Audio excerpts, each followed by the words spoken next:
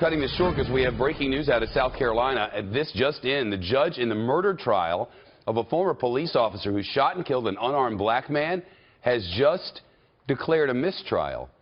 The officer is Michael Slager, the man he shot, Walter Scott. The shooting happened in April of last year. Slager said he pulled over Scott for a broken taillight. Cell phone video shows Scott running away and Officer Slager opening fire, hitting the man in the back 5 times. We cannot show you the video, but the defense claims it does not tell the entire story. Officer Slager said Walter Scott wrestled away his taser and pointed it at him. The officer testified he was scared for his life. This is the 3rd day jurors have been deliberating. Officer Slager faces 30 years to life for murder. If the jury convicts him of manslaughter, he faces between 2 and 30 years behind bars. But this jury's work is finished. Greg Jarrett is live in our New York newsroom. Do we know what happened? Well, the last we heard, there was one holdout juror. Everybody wanted to vote for conviction, but one individual sent a note to the judge over the weekend saying that he would not change his mind, that he could not vote to convict.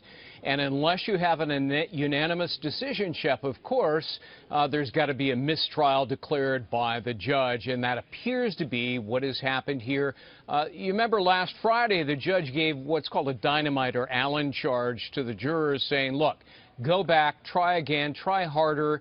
You don't have to have absolute certainty. Those were the words of the judge.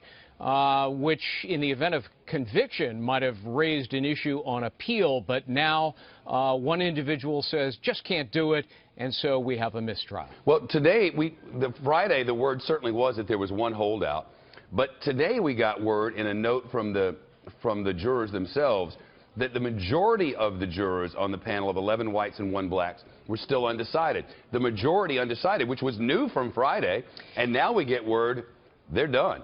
Yeah, that is new from Friday, and it's different than the note from the individual that was received by the judge over the weekend that intimated that he was the lone holdout. It may be that others began to change their mind and say they were undecided, or a group were undecided, a group wanted to convict, and one individual said no way to convict.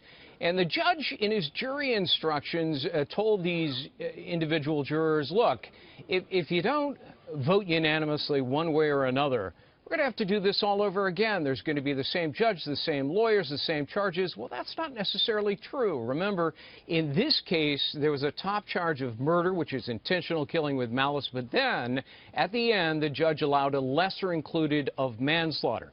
Well, in a second trial, prosecutors may decide, let's streamline the case. We can't really prove intentional first-degree murder. We're just going to go with manslaughter, which would be a huge victory in this outcome for the defense on a retrial.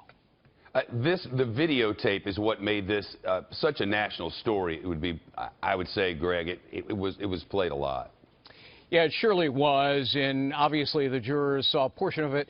How the defense benefited, however, is that videotape only showed a portion, the latter half of what occurred. And Slager took the witness stand in his own defense, very effective, and he said, I was in fear of imminent bodily harm or death at the moment I began to pull the trigger. And the jurors never saw the preceding events of a struggle that allegedly occurred. That helped the defense. Greg Jarrett, live in our newsroom. Greg, thanks for the breaking news that the Slager trial has now, well, the jury has decided it can't reach a verdict. And